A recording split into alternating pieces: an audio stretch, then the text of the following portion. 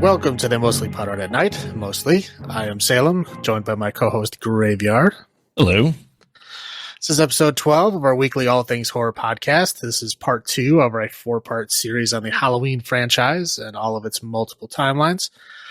This episode we'll call the Laurie Strode Timeline 1, or as I like to call it, the Rapper Timeline.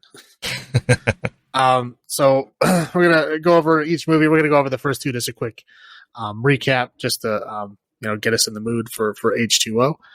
So great, Irish, you want to give us a recap for the first Halloween of 1978?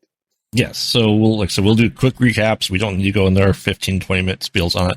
But essentially what we need to know is 1963, a 6-year-old Michael Myers kills his sister in their house, gets institutionalized for 15 years, 8 years trying to be reached to, 7 years trying to be locked up forever.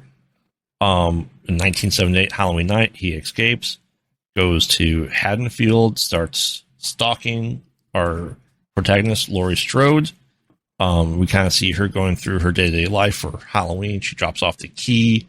Her dad's a real estate agent at the old Myers house where the murder happened 15 years previously. We get a lot of stabbing shots with her friends, and our kind of first point of view of a killer following her around with her friends. She babysits Tommy, which and her friend babysits Lindsay, which will come and play in other timelines and recaps. And then her two best friends and one of their boyfriends get murdered. Michael Myers comes for her. She gets a cut in the arm, falls down the stairs. Meanwhile, we're seeing Dr. Loomis, trying to hunt down his patient as he's escaping, just failing miserably at understanding this patient he had for 15 years. He fails at a lot of things. Yeah, yes, he does. And so, there's kind of a final showdown with the final girl, Laurie Strode. She, stabs Michael Myers in the neck with a needle. He gets up. We realize, okay, he can take a little bit of pain. Kids go out screaming that she's babysitting. Dr. Loomis comes in, and while, she pulls off his mask while he's putting it back on, Dr. Loomis shoots him once. He staggers back in the room. Then he's just standing there, heavy breathing. He shoots him 5 more times. All that, as movie physics tell you, when you get shot, you go backwards, obviously, and kind of falls off the second-story balcony onto the ground. Laurie Strode asks Dr. Loomis, was that the Boogeyman? He says, yes, it is. Yes, it was. He goes out there to check on him, and he's gone. And for our scoring system, we're still doing number of butcher knives out of 10. I gave this movie 10 butcher knives out of 10, and Salem gave this 9 out of 10 butcher knives. Yes. Okay, and then we'll go into Halloween 2. Halloween 2 literally picks up at that exact moment where he flies out the window, lands in the front yard. Dr. Loomis goes to check on him, and he's not there. He's gone. So Dr. Loomis, runs back to the cop, screaming about how he shot him 6 times. And they're driving around, trying to look for him. Meanwhile, Laurie gets, put in an ambulance and taken to the hospital because they added another stab. I don't remember it happening. I know she got stabbed in the arm, but she got stabbed. They say it was like threatening in some way. Yeah. So they need to take her to the hospital. So she goes to the hospital. She's kind of like in shock. She's, not really making a whole lot of sense, and she's mainly stays in her hospital bed for the most of the rest of the movie. But Dr. Loomis, they're trying to find him. Eventually he gets pulled back to his mental hospital, sanitary, whatever you want to call it. Yeah. So he gets called back by the nurse, bringing a marshal with him. And as he is being forced to go back, the nurse reveals to him, the main reason why Halloween 2 is a part of this timeline is that Laurie Strode is actually Michael Myers' sister. and the reason that he came out was to kill her as well. So, of course, Dr. Loomis then decides he needs to go back to save Laurie, so they go back to the hospital. And meanwhile, Michael escapes. He goes to a school where he marks up a little kid's drawing saying that he's going to, get Laurie or whatever. He writes Sam Hain on the chalkboard in blood. Yes. He stabs the kid's drawing with his knife or something that he stole from an old lady. Yeah, he stole from an old lady making a sandwich.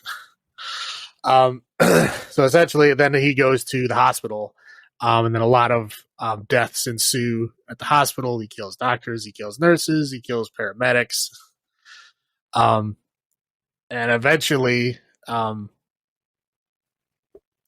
he makes his way to Laurie. Kind of back and forth occurs. She leaves and tries to hide.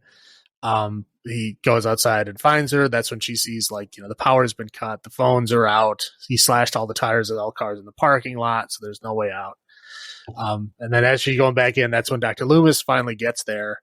And then they have another standoff where the Marshal and him shoot him a bunch of times, and they think he's dead. And of course, the Marshal goes check on him. He gets back up, kills the Marshal, and then Dr. Loomis and Laurie are running and escaping. He's chasing him through the hospital. They end up going into a surgery room or something. And Laurie ends up shooting him in the eyes and blinding him, and he's swinging his knife all wildly around. And then they figure out that if they open up these canisters of oxygen and ether, the hissing is making him swing his knife in that direction.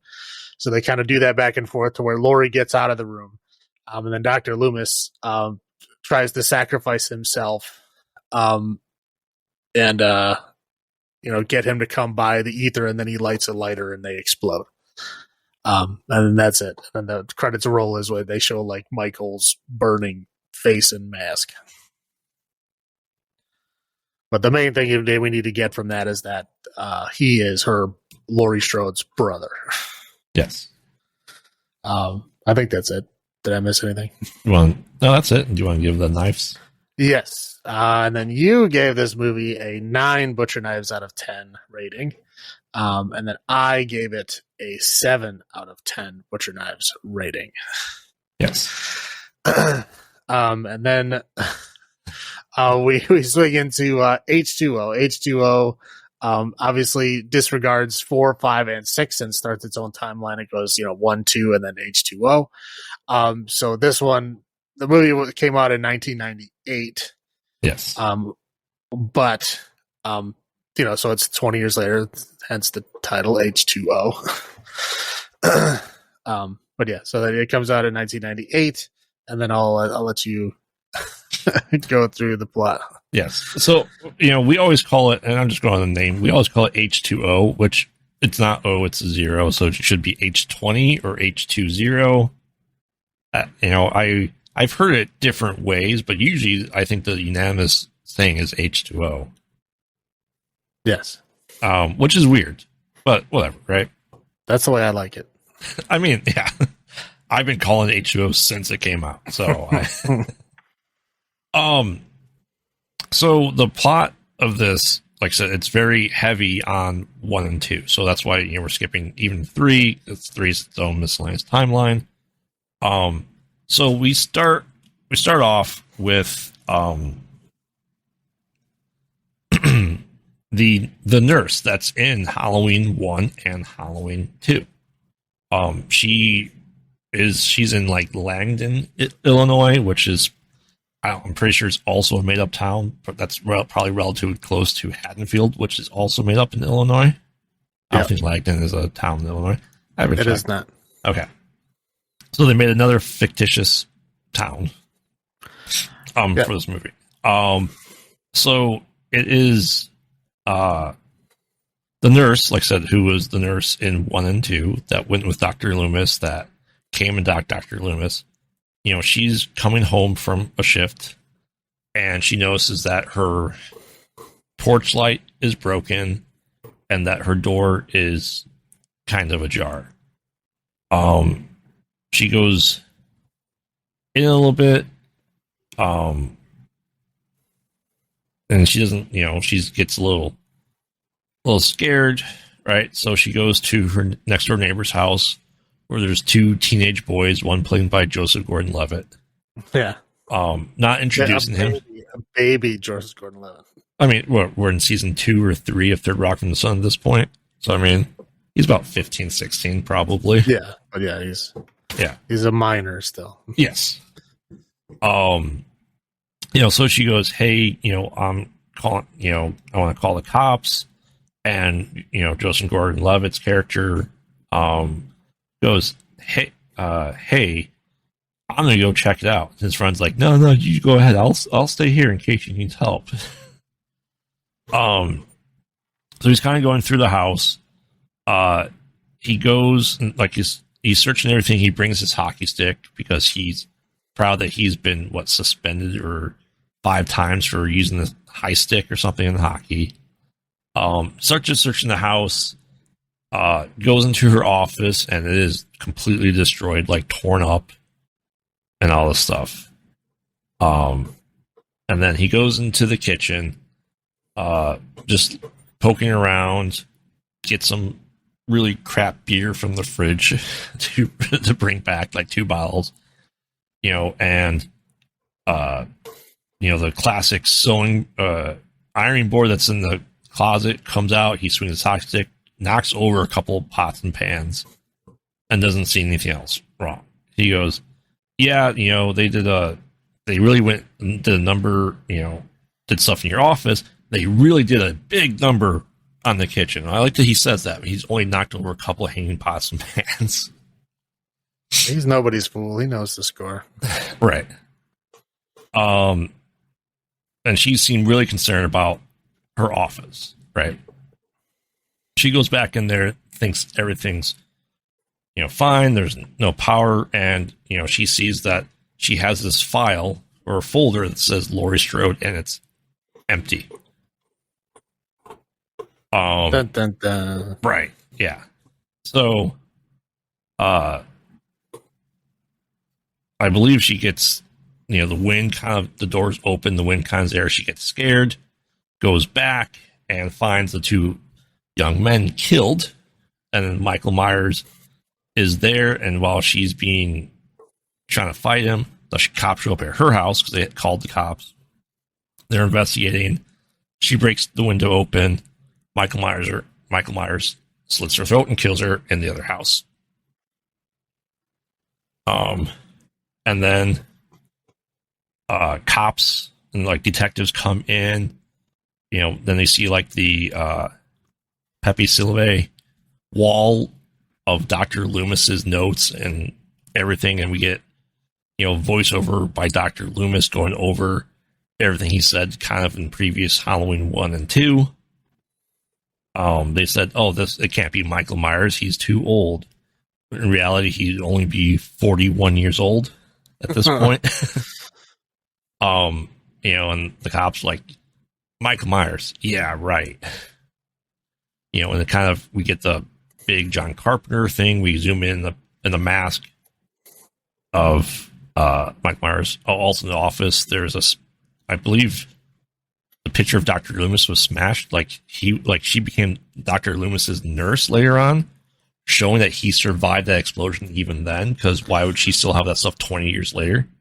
Right. It's bizarre that they did that, right? Right. It's bizarre. Like, why would Dr. Loomis even have to survive? You don't even have to have him live, but I get whatever. Right. I mean, Donald Pleasance died while doing First Michael Myers, so it was still kind of showing his legacy. It's still a way to have his character there, and he still clearly lived, because why was there big emphasis on him 20 years later if he died in that fire?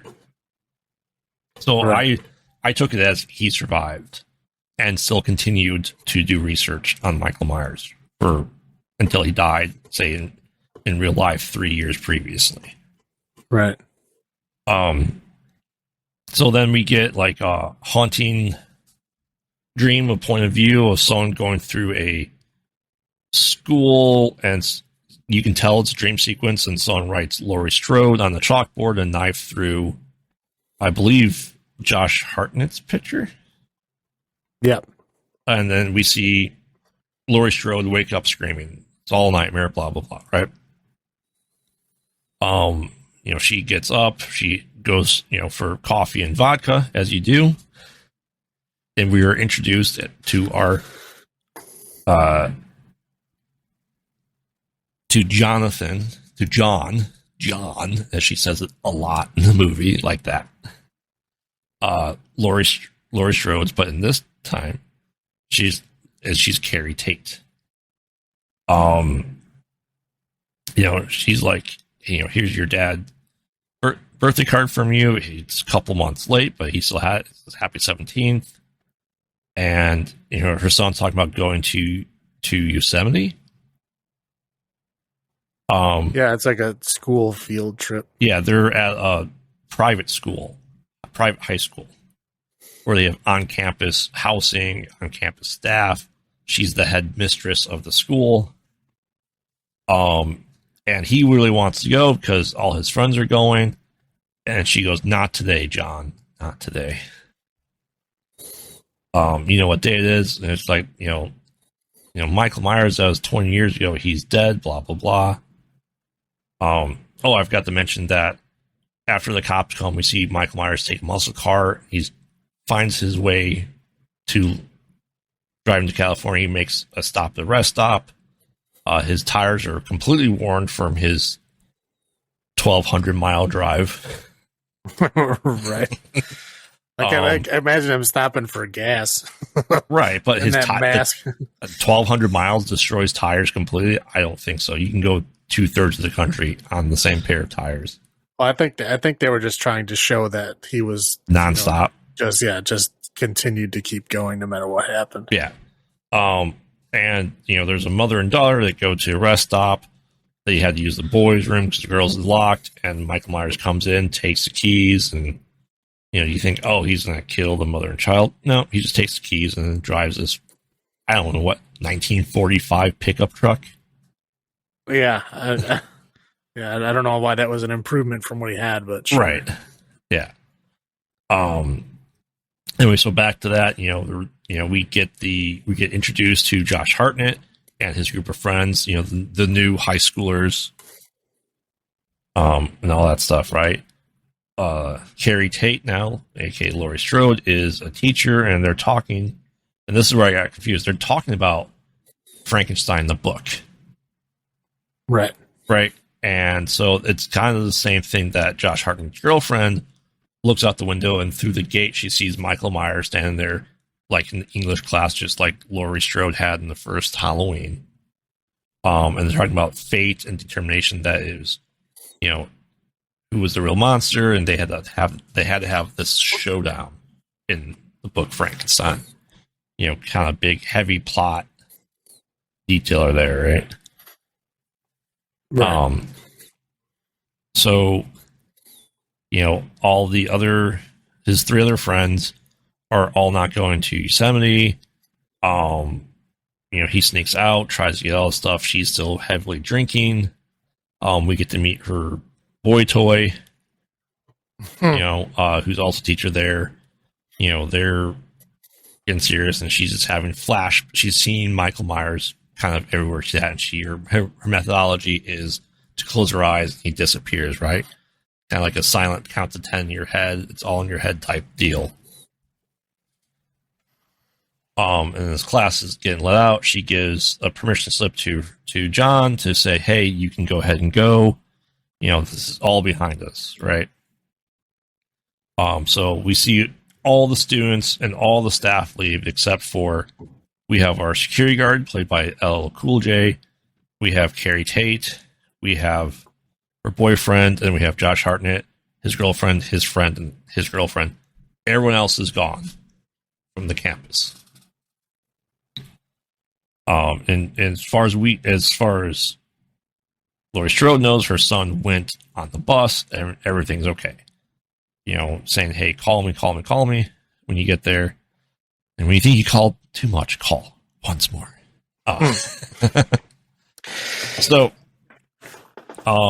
she's having sexy time with her boyfriend. And once again, she's drinking as she's become an alcoholic. It's kind of alluded to that, her husband left because of alcohol and the pills and all that jazz. Couldn't deal with her. And then she tells her boyfriend, "Hey, I'm Laurie Strode." That Michael, she talks about, 20 years ago, Halloween night, someone escaped from a mental hospital and killed, 3 teenagers. Yeah, we know Michael Myers. Well, that's me. I faked my death. And now I'm the head of a prestigious school. Right. Headmistress. Headmistress, yes. Yes. And the 4 high school students are scavenging the cafeteria for all cafeteria food to have a party of their own on Halloween night, celebrating by listening to Creed. Yes, but they had to skip Meatloaf Monday and Turkey Tuesday. Right. Yeah. And the girl that looks like she can use a sandwich says she eats nonstop. I don't believe it. Oh, yeah. And what was her line? I hope you still love me when I'm big and dumpy. Yeah. I like fat girls. Oh, it's so Renaissance of you. Yeah. Right. Yeah. Oh, and Josh Hartnett's girlfriend is Michelle Williams, which is not her introduction. She's done a couple things before it, but it said this was Josh Hartnett's first movie. Yep. Meanwhile, LL Cool J's pitching his romance novels to his wife or girlfriend over the phone. We never see her. And the pickup truck shows up to the gate, and it's running. He goes out there, and when he starts to look at it, it just turns off like he ran out of gas. And there's a security code to open the gate. He opens the gate, looks around. Michael Myers gets in. He doesn't see anything. He goes, "Huh, weird." And there's just a truck there.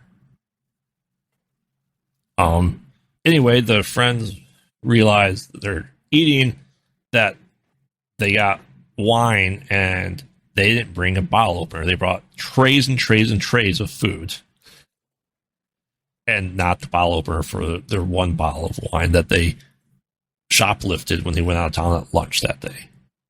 Priorities, man. Right. Yeah.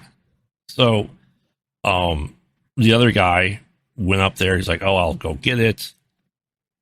And, he disappears for, 10 minutes ish. Well, yeah, because they cut to, I think, the other scene. And that other scene is it's like a good 10 minutes long before they cut back to go look for him. Yeah. Yeah. So his girlfriend goes looking for him, and she can't find him. And he, does the whole happy Halloween scare thing, right? He's like, "Oh, it's not here. I'm going to go up." And he uses a dumbwaiter to go between floors, to go up a level to get the wine opener. He goes up there. Yeah. He goes up there. He sees it, drops it into the garbage disposal, and then for some reason turns it on to verify the switch works. Right. Then we get kind of a point of view from inside the garbage disposal as he's sticking his hand in there, and while he's watching, the light switch. Right. Now this is an odd shot because, it's like, to set that shot up, that's like money, right? Yeah. I don't know why they bothered to do that. Like, I thought for sure somebody was going to get ground up in that thing. Right. And it was it. They just showed his hand fumbling around trying to get the wine bottle, the bottle opener, and that was it. Right. And you think if they're good students that they realize you can just use a screw and a screwdriver, they're in the maintenance area, and just pop it open and not have to worry about all this crap. Haven't we all opened? They're high school kids. Haven't we all opened a bottle of wine the not right way just because of necessity? Well, I wasn't fancy enough to have wine, dude. No. I couldn't tell you. I'm just saying. When we were drinking wine, we were drinking Boone's Farm, which has a twist off top. Or from a box, yeah. Right. So we didn't worry about no corks. Yeah. So he, Michael Myers goes there. He turns around, and then we get the worst looking Michael Myers mask because the lighting was so bad. They decided to do a CG mask for Michael Myers. Is that what it is? Yeah. because I was looking at it and it looks like it doesn't look CG, but it looks like a bad mask that they tried to airbrush. Yeah. To make it look like it had shadows or something, but it like with the lighting, you can obviously see that it was just airbrushed on, and it looks super fake. It looks. I was like reminded of how like some like cheesy Japanese horror movies are. Yeah, like where they have those really white masks that like don't get shadows right. Right. And they're supposed to be creepy, but it reminded me of that. Well, see, that's what happened. It didn't get the shadows right. So they actually used CG for that mask. They had the mask. They shot it, and it was, this looks like shit. Let's do CG on there and make it airbrushed to have cheekbones. Yeah, because seriously, when you look at it, it just looks like a white mask that they airbrushed lines on to make it look like it had more substance than it did. Yeah. Now, don't get me wrong. It was on for a whole 3 seconds, and that 3 seconds was enough to see how horrible it was. Yeah, I noticed it. I don't even give a shit about his mask, but I was like, wow, that looks bad. That is terrible. Right. And the first time I watched this, I never noticed it. It's only been the past 10 years when people pointed out, I'm like, oh crap, yeah, that's right. Like, holy crap, that's bad. This is the first time I ever watched it, and nobody told me that ahead of time. And I saw it. I was like blind, it's clear as day. I mean, I watched it on VHS, so maybe it didn't matter then. Well, that's going to be one of my complaints for the next one. Yeah. So then we see him, and then we don't see what happens to the guy. Right? And all of a sudden the dumbwaiter comes down. The girlfriend is still on the floor waiting. She opens it up. His head's down, opens up, and looks like the bottle opener was used on his neck. Which, I don't know how I don't think bottle openers work horizontally like that.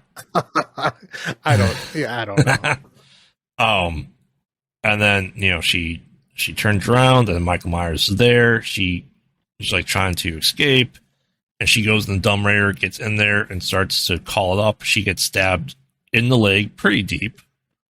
Yeah, it was a good stab. Yeah. And she's going up there, and, he goes, he point of view of him looking up, and she's trying to get out. Somehow her legs got stuck under her dead boyfriend. Yeah. Michael Myers cuts the rope, and it severely crushes her leg, because that's the only part that you can get out, like to the bone crush, right? Yeah, it was like flapping. Yeah. It was like hanging off. Right. Then she's crawling away. He comes up, puts his foot on her neck and stabs her multiple times in the head. And we hear screaming, and somehow they hear it while listening to Creed and making out in the basement. Well, yeah, I mean, you ever hear women scream like super loud, especially like high school girl age? Yeah, you can hear it through walls, man. I mean, I'd try to hear anything else through Creed. Meanwhile, they're talking, Laurie Strode / Carrie Tate and her boy toy, she's like, something's wrong. Are they at Yosemite now? She looks at, she tried to use the phone. The phone lines are dead. Tries the other phone in the house, and believe it or not, that phone line's also dead, because I'm pretty sure it's the same phone line. Well, hey, back in the day of cordless phones, sometimes the cordless phone would be out of batteries or something. So you'd have to go check the other one to make sure it wasn't just that phone. So I defend her. Well, I never had cordless phones growing up. My parents had the rotary phones for most of my life.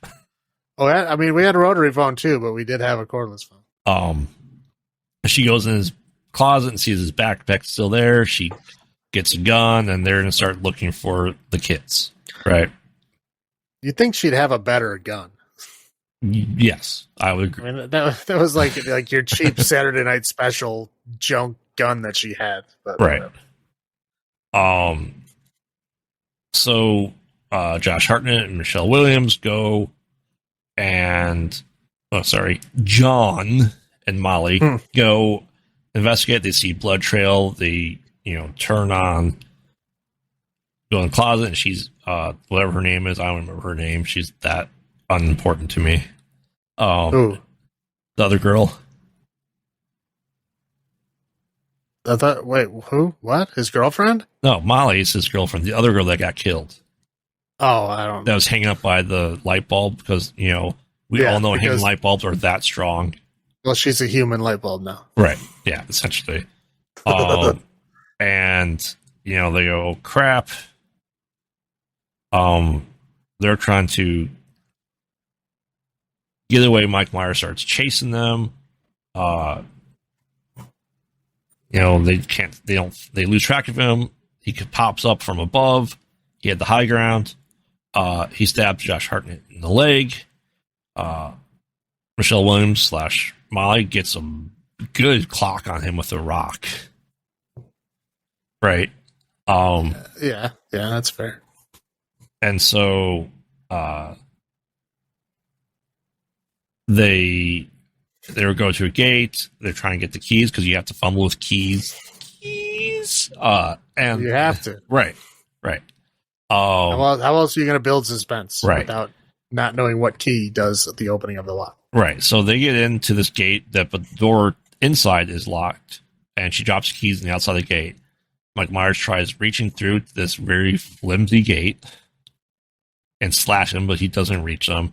Then he starts going through the keys. So, Laurie Strode sees them and lets him in, and then Michael Myers gets through the gate, and they stare at each other. He does a little hell tilt, and you have through the porthole, essentially, right on the door, and she pulls out a gun, goes pull out her really crappy gun from her pants, and he's gone. Right. Well, that was also significant because that was the first time that she actually saw him. Right. Yeah, realizing that he's back. Right. So they're going around, she hides them in the closet like she did to Lindsay and Tommy in the first one. Mm-hmm. They're walking, trying to find them. They find some open curtains in the area. All of a sudden, they see a shadowy figure turn the corner, and the boyfriend takes her gun and shoots the figure a couple of times, and it turns out to be LL Cool J. Seemingly missed all of him, but his head was bleeding a little bit. That was a lot of it. That was a pool of blood. Yeah, he was only there for 5 seconds. So yeah. And she goes, crap. So she turns around, and Michael Myers comes and stabs her boyfriend through the back with the blade poking out, kind of like the nurse with the scalpel on Halloween 2, to the point he's covered in blood and just convulsing, going through his nervous system. She kind of, she gets stabbed in the same spot, essentially, slashed in the same spot, which they point out that she has that scar, right? Yeah. That little scratch she had that became the huge scratch that needs sutures and all that stuff in Halloween 2. Right, yeah. She, hits them with a fire extinguisher, runs away, gets the kids out, puts them in the car, says, go down the street to whoever's house, get the cops. She sends them away, and then she closes the gate and then hits the keypad once with a rock. Does a badass move, kicks in and gets a axe. Yep. So she's kind of hunting him, going, Michael, and she's becoming the predator, right? Kind of, she's hunting him. She goes down the hallway, and he's hanging from a pipe by one hand, completely out of view. But I don't think the ceilings were that high. She turns around. He was planking. Yeah. Turns around. Hand, yeah. Hits him. Super strong. Yeah. Hits him pretty good with the axe. Very solidly. Then she runs away. She goes into the kitchen. Starts getting knocked over a little 5-pound tray cart. Starts pulling bush knives, and she starts throwing them at Michael Myers like she's practiced, throwing knives, but clearly she hasn't.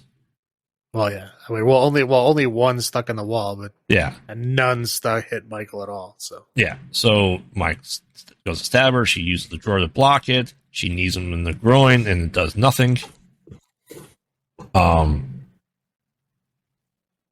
she escapes again, but she takes a couple knives with her. Michael Myers trying to find her. She comes and stabs him. I don't know what, eight-ish times. I don't know. It was a lot. Yeah. Sorry, I missed the part where she was hiding under tables, and she stabbed him with like a flagpole, and he was trying to swipe, and she's tricked him by kicking a chair next to the table she was already at. Yeah. Anyway, then she stabs him. He falls onto a table that she was in the cafeteria that he was at. You know, the knife seems to be stuck in him. We cut it, and she's pulling a knife out, also just like draped on him. Yep. And she goes to stab him again. LL Cool J appears. He's dead. He's dead. That's right. Instead of, letting her finish the job, paramedics show up. They put him in the body bag. She's getting attended to. The coroner's wrapped him up.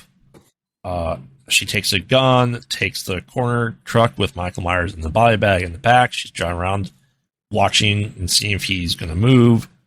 And through the body bag, he starts moving, trying to open it up. She looks back, and he stops immediately. Like, he knows that she's looking at him without being there. And then he does it again. He starts opening it. She finally sees it through the rearview mirror. Imagine using that. He's attacking. She slams on the brakes. He goes flying through the windshield. Get up. She hits him with the...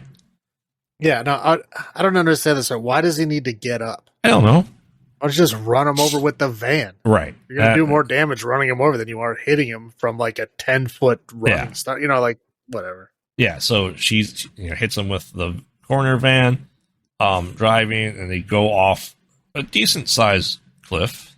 Okay, now the beginning of that car accident is so badly done that I actually laughed out loud. Because they're trying to drive it and it just flops off. I mean, it flops off long before they they telegraph what it's going, but it just kind of flops over, right? And then you can see them push it from the other direction. But yeah, it goes sideways all of a sudden, right? Somehow she gets out of the rolling car. He falls down with his best Wesley impression from Princess Bride. She manages to get out. He sees the van coming from, turns around and gets cornered and hit pretty hard and pinned against the tree trunk. Mm-hmm. She happens to find the axe that was flung from the van. He seems a little dazed. He seems out of it. Like he's touching his mask, like not knowing where he's at. And she goes, Michael, and he reaches out for her. She reaches out. And she goes, God damn it, and then chops off his head. End of the movie. Yep.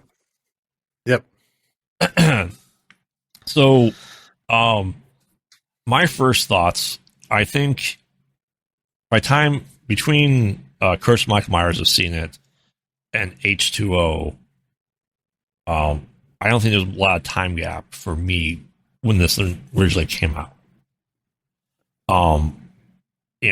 So I had watched most of them for the first time between 96 to 98 at this point.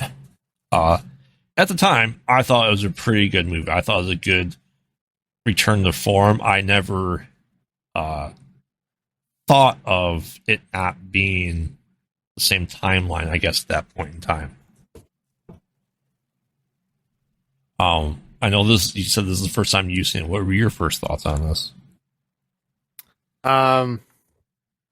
Mainly I just liked seeing all the famous people. I mean, I like seeing Joseph Gordon-Levitt. I like seeing Josh Hartnett. I like seeing LL Cool J. I had no idea he was in it. I mean, that was fun.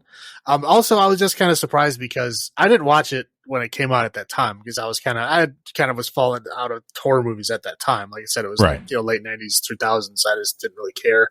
Yeah. And this was one of the ones, that I didn't care about at all. And everybody's like saying, "Oh, it's good. It's back to, being Form. like true Halloween again." And I'm like, well, I was never that big of a fan of Halloween anyway. I don't really care. So, but everybody was all hyping this movie up and how good it was.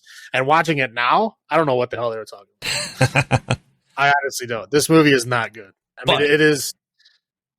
Go on. But yeah. But what? Go ahead. Do you think is return to form after 4, 5, and 6?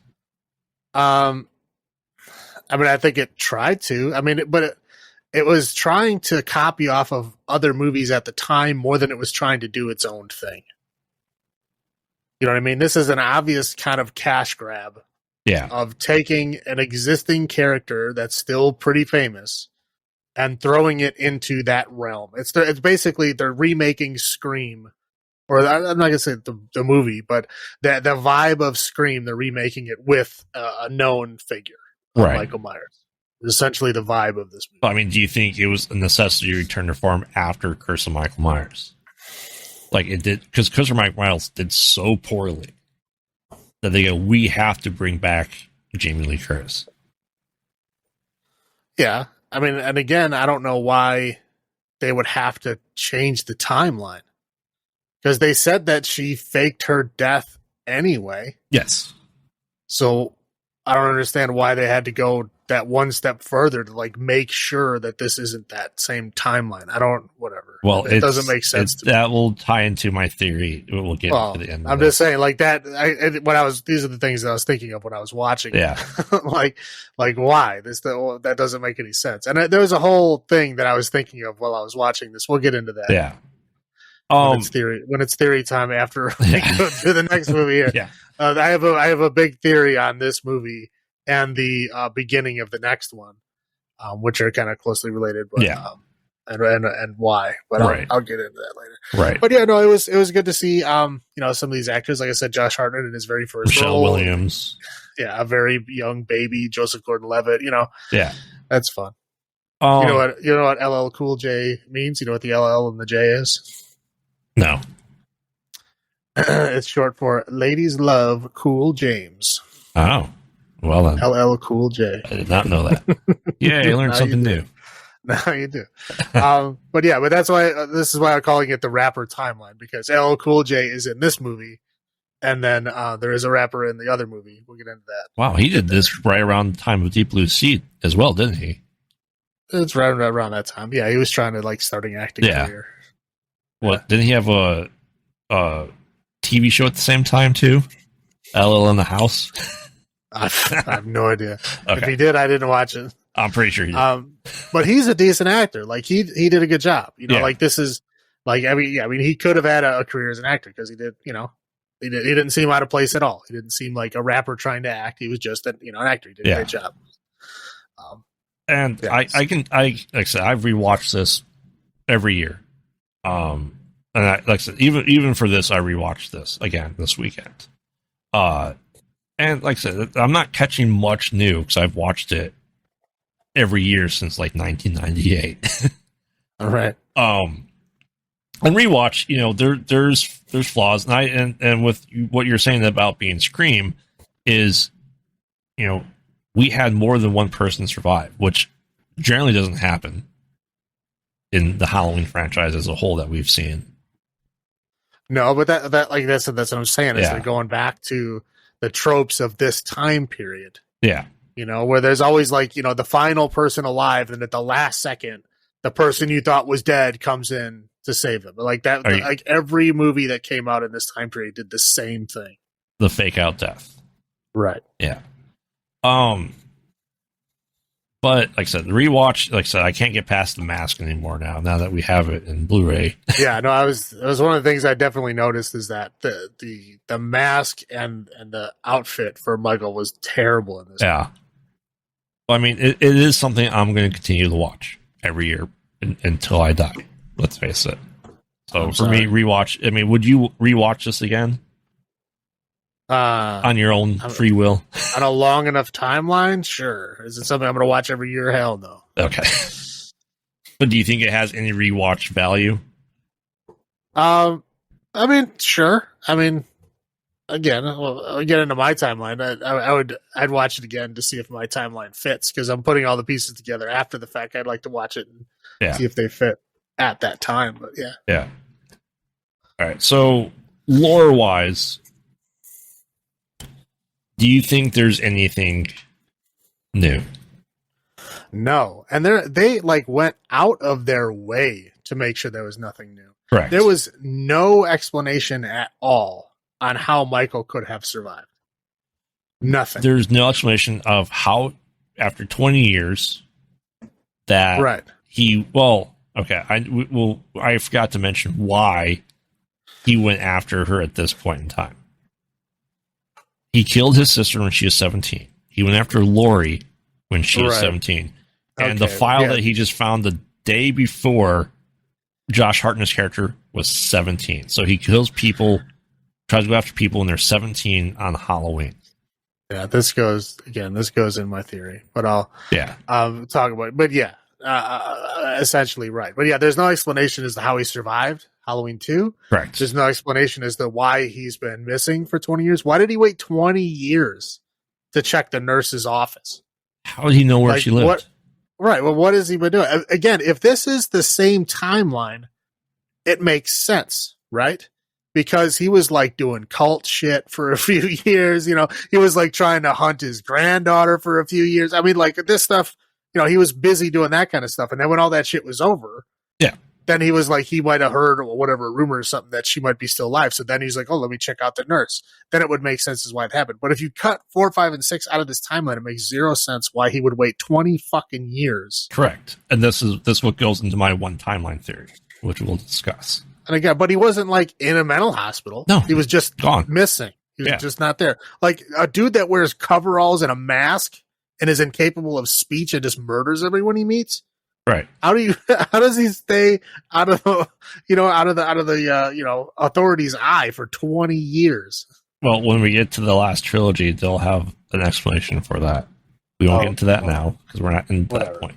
But I also like to know who taught him, you know, they always made a comment, who taught him how to drive? Who taught him to read the map to get to California from Illinois?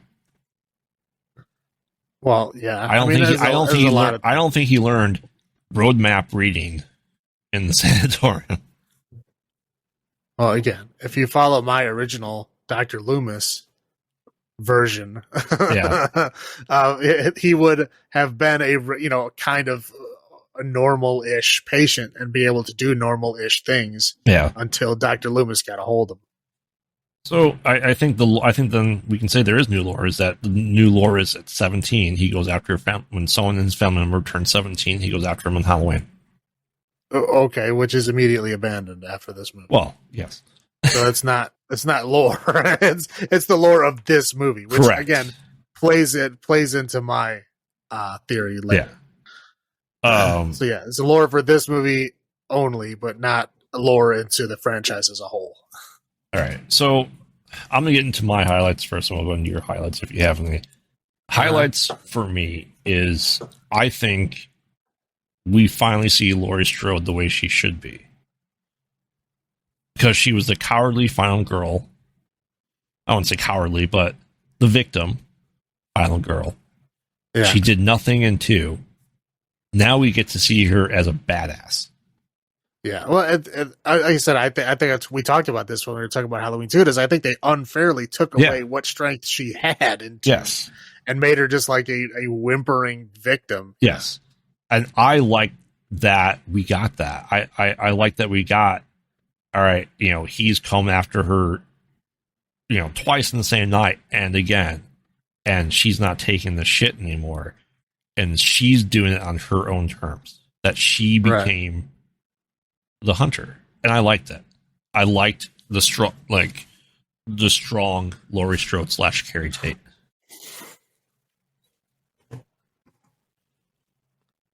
I think that's what we needed because we don't need Final Girls or Scream Queens to be weak. They need to be strong. Ripley was always strong, and I don't see any reason why Laurie Strode couldn't be either.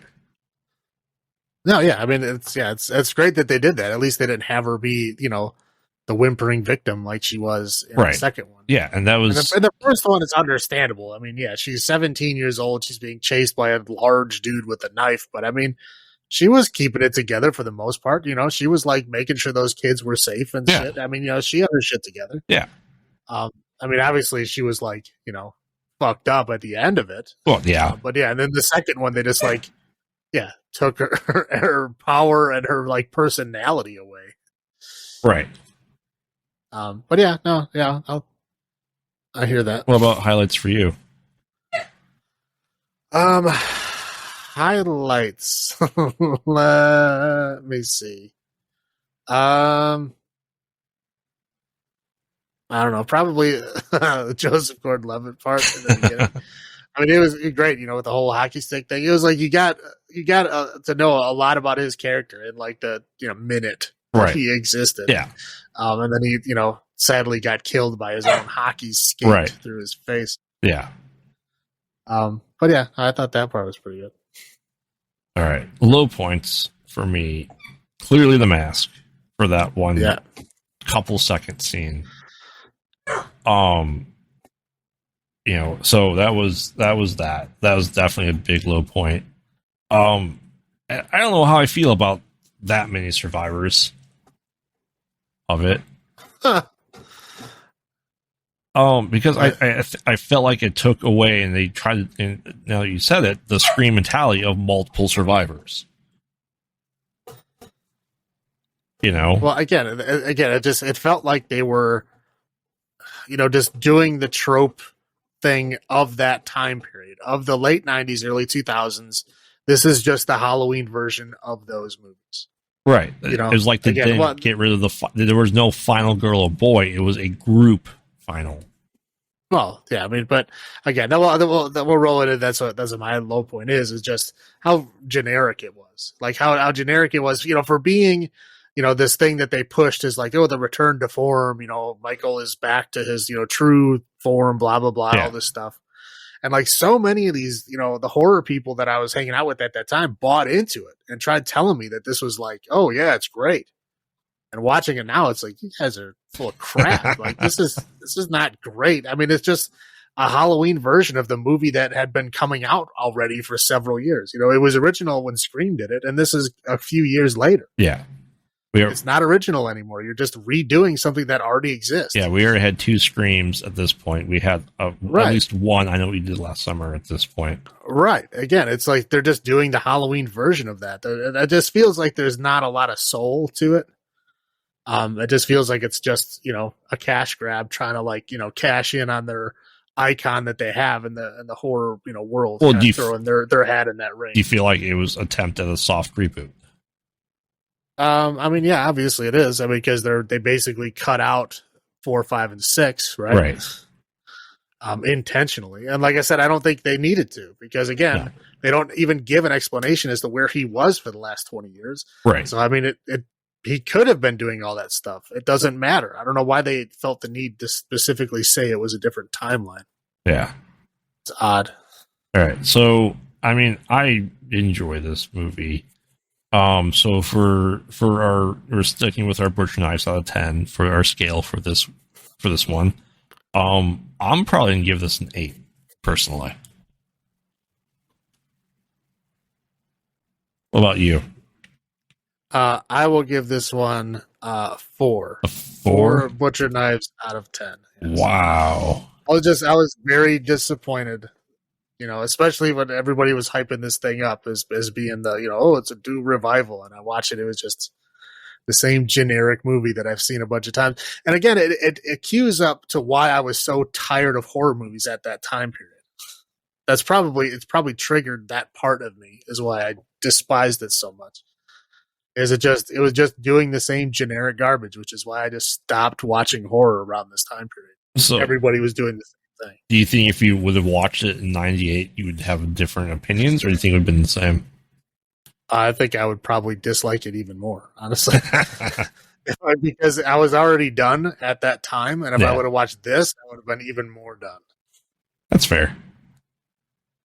All right. Well, then, do you want to bring us into Halloween Resurrection?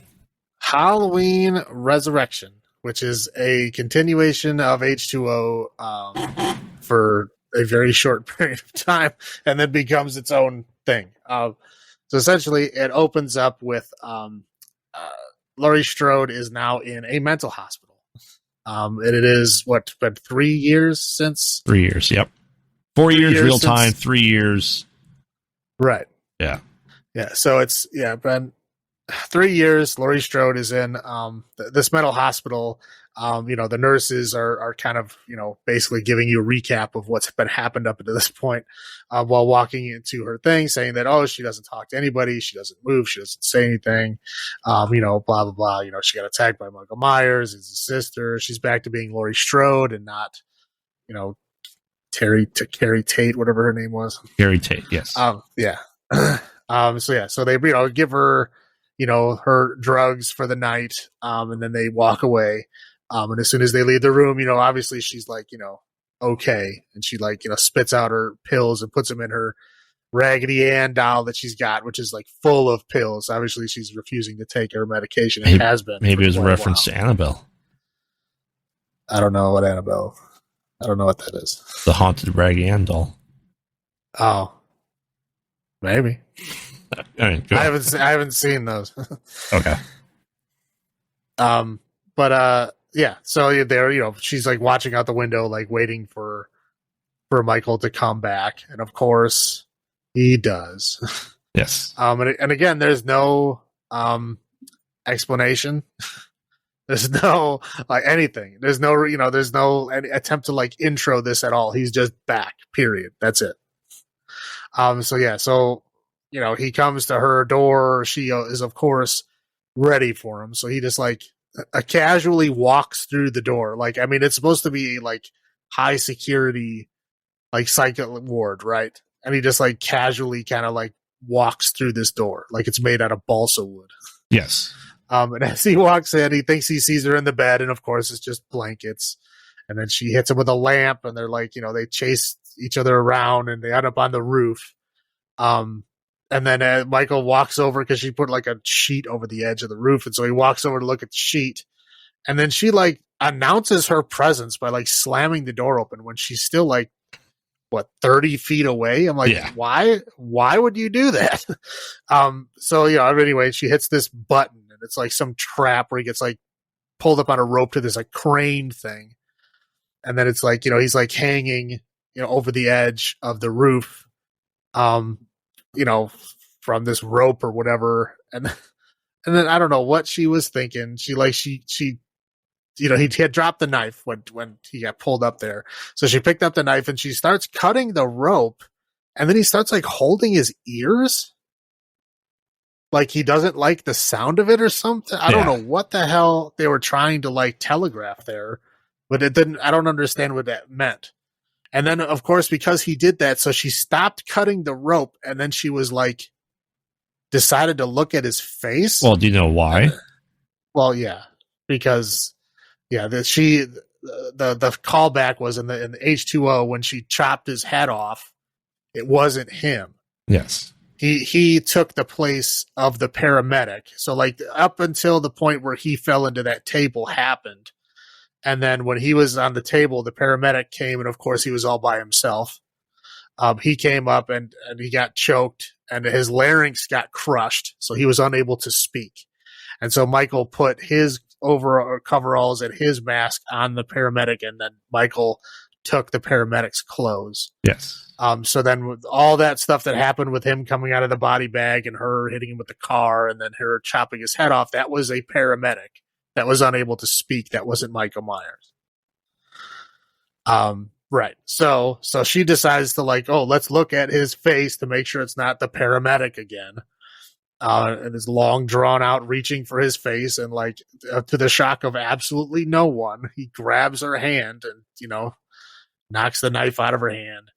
And then the rope starts fraying, and then, she can't get away. So he falls and she falls, and then he stabs her while he's holding on to her, and then drops her. And it is the weakest death I've ever seen for a main character. I think, ever. Because she like just does this like flailing falling thing. It looks like she fell about 10 feet Yes. into a bed of like lush, cushy ferns. Uh-huh. It was like, it did not look, I was like, is she supposed to be dead? Because that did not look like a death. That looked like she fell into a nice, cozy, bed. Yes. We'll discuss that later in our theories. Yeah. So she is apparently dead, and then she exits the movie, never to return. But the movie goes on for reasons unknown. So basically we cut to, some college kids, and a very young Katie Sackhoff, who I was very, happy to see. Mm-hmm. I didn't know she was in this. I was happy about that. I like Katie Sackhoff. Anyway, so, she's like running around and, telling her friends, Sarah and Rudy, I think are her friends' names. Yeah. So they won a spot on like this like horror reality show called like Murdertainment. Yes. And it's basically, they get to go on their own reality show where they get to like, stay the night in a haunted house, and it's going to be Michael's house in Haddonfield, Illinois. So they're all excited. All three of them got picked to be on this show. So they're all, excited. The one, Sarah, is like the stick in the mud that doesn't want to go. And they end up convincing her to go because there's some kind of scholarship attached to it or something. Yeah. Yeah. So they essentially, they're all excited. So they, Katie Sackhoff, Jen is like, the one that wants like the FaceTime. Sarah's the reluctant one, just doing it for the scholarship. And Rudy's like super into food. Yes. Like he thinks that everything bad that happens in the world is because people have poor diets. Yes. Which he actually does say multiple times. Oh yeah. Anyway, so cuts to them like they get to Haddonfield, Illinois, and they like are interviewing for the show. So you kind of get to see everybody's personality. So it's those three, and then there's three other people that are a part of it. There's one, I don't know, I'll call her the smart girl because I don't remember her name. The redhead one. Would you consider liberal arts? Yeah. Right, yeah, smart liberal arts student, right? Yeah. With the red hair, I don't remember her name. Then there was like shaggy haired musician guy. Looks like Danny Masterson. Yes. And then there was six, right? Yeah, and then there was like some like kind of sleazy preppy dude, like a little guy. Yeah, but I never Kevin from American Pie. Right. So you kind of, when they're doing like their interviews for the show, you kind of get like a little feel for like their personality, right? Yeah. About as much as we just discussed. So then they're like immediately cut to them going into the house, and they put these like cameras on it. So they got little cameras on their head. They set up all the cameras in the house. And of course, Michael is already there. Yep. And Michael actually makes his first kill before they even get in the house. He kills the guy that's setting up the cameras, and apparently no one notices. Well, because Tyra Banks was making a really frothy Frappuccino thing in the garage. Okay, that drink looked terrible. It looked like she mixed I'm pretty sure. Looks like she mixed a chocolate popsicle in there too. Right. It looks. I don't think Tyra Banks at that point in time had ever made her own coffee before. No. Because she's like trying to make like a Frappuccino or something, and it's like a Frappuccino being made by someone who's never made a Frappuccino before and doesn't know how they work. Yeah. So she's doing all that while the kid's getting murdered on camera, and of course she doesn't turn back around until the camera is already set down, and she's like, "Oh, good shot, buddy," and then like no one sees him ever again, and no one raises any alarms at all. Yeah. Even though there's only 3 of them, and now there's 2 of them. Right. There's literally 3 producers for this show, and one of them is gone before the show even starts, and nobody cares. Yeah.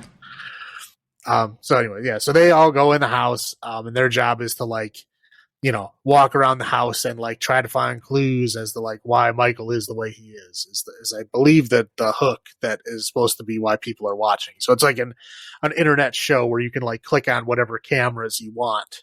Yes. To like, look at the rest of the house kind of. Because they did something that no ghost hunting paranormal show does is they're all wearing head cameras, so you see what they see. Right. Yeah. And then there's like a kind of a minor scene that we have to mention where there's like she has like her Sarah, the reluctant girl, has like this friend Deckard. Deckard. Well, Deckard is like his handle, his online handle. Yes.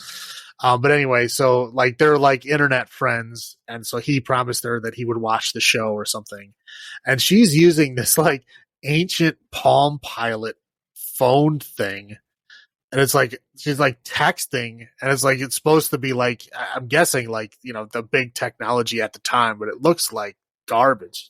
Yes. But yeah. So and it types out the words really, really slow. However, it's real time. Yeah. But yeah, and I know it was HP. I don't know what it actually was. I have no idea. I'm sure it was product placement put specifically in this movie. Yes. But anyway, so we have to mention that because it does play a part towards the end. So well, anyway, and then Deckard goes to a Halloween party.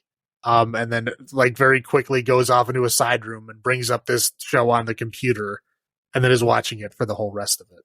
That's really all we need to know about him. Yes. And it's 2001 and we're having real time streaming on the internet and right. Apple QuickTime runtime. Right. Right. Yeah. I mean, it's not very believable, but yeah, whatever. That's the premise for what's going on. So the the people are like, the six of them are like looking through the house. They kind of pair off to where it's a smart girl and musician guy. Then it's Jen and creepy preppy guy. We'll just call him Kevin. I don't know. I don't remember his name. I'm going to call him Mr. Hands. Mr. Hands? Because he keeps touching Jen and she keeps telling him to not touch her. I mean, it's like essentially like sexual harassment, but in a fun way. It's Kay Sackhoff, though. I'm just saying, but it's like this in the early 2000s when this was still like okay, I guess. Well, he kept trying to get her to do all these things on camera. Yeah, exactly. Again, this is why I call him like, Mr. Hands. He's like the creepy preppy. What I mean? Let's call like, Mr. Hands. I'm good with that. Or Mr. Date Rape or some. Mr. Hands is a polite way of saying that. Mr. Girls Gone Wild. Yeah, exactly. Yeah, he's not a pleasant guy. You can tell he's probably done some shady stuff. Yes. But anyway. So that they're pair up, and then it's Sarah, the reluctant girl, and then Rudy, the chef, are going in there. So of course Rudy, the chef, wants to go in the kitchen, and he's like looking at all the spices and seeing how fresh they are, which doesn't. I don't understand why they did that because it doesn't play in at all, but whatever. So yeah, the first kind of major thing that happens is because Jen and Mr. Hands are upstairs in the old bedroom, the bedroom that Michael Myers killed his sister in when he was 6 years old. And so yeah, Mr. Hands is trying to get Katie Sackhoff to flash the camera. Because you want to be famous, flash the camera, you'll be famous. And whatever. 1,000 screens will light up. Oh yeah, 1,000. That's a lot. 1, that's a lot. Yeah.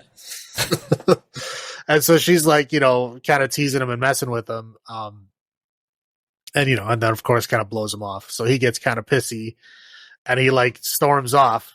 And then she, and then he can't find her, and he's like, "Oh, where is she?" And she like goes in another room and screams. And so then like he goes over there to see what was going on, and she like pops out with the flashlight to scare him. And he gets all pissy about it. Yes. And he like leaves, and he like goes to this mirror, and he's like, "I'm gonna get her back." Like I'm like, dude, you just got scared. It's a haunted house. Like I don't understand why you're so pissed off. But again, this guy's not a nice dude, right? So of course he's the first one to die. So Michael Myers comes out of the mirror that he's looking in and kills him, drags him into the mirror, the wall behind the mirror. So like he was like, in the walls, like it's the people under the stairs or something. And then kills him, right? Yeah. And then nobody really seems to miss him. No. Like I don't think anybody even realizes he's gone. Correct. Yeah. So anyway, Jen is like, "Oh, that's interesting. He's not here anymore." whatever, move on. Yep. And then we got smart girl, musician guy. We're like looking around in the basement. They find like this little like manhole looking thing.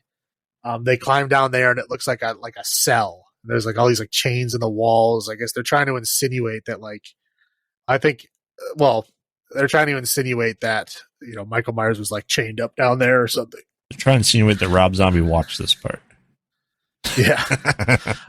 Yeah, so it's like you know, so of course when you see like a cell with a child that was potentially like abused and chained up, I mean it's horny time, right? Correct. Always. So smart girl and musician guy start like making out. Of course, smart girl takes her top off immediately.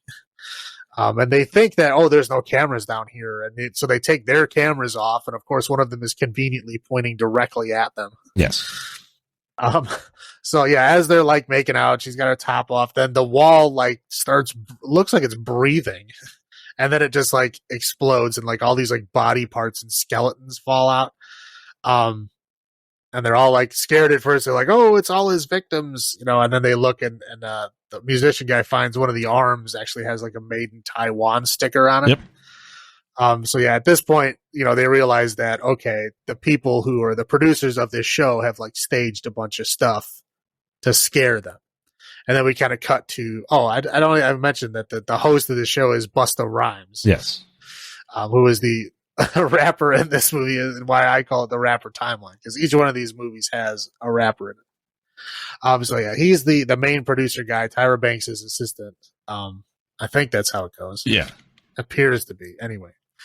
So it kind of cuts to them like, you know, they're drinking wine and like celebrating the success of their show and like everything is working out. Like, you know, that collapse thing happened, you know, perfectly the way that they wanted it to. So, yeah. You know, I guess now we were all in the loop as to, you know, what's going on. This is just for ratings and stuff. Surprise, surprise. Yeah, some paranormal show staged. Imagine that. Right. So yeah, musician guy is apparently no longer horny and just leaves her down there.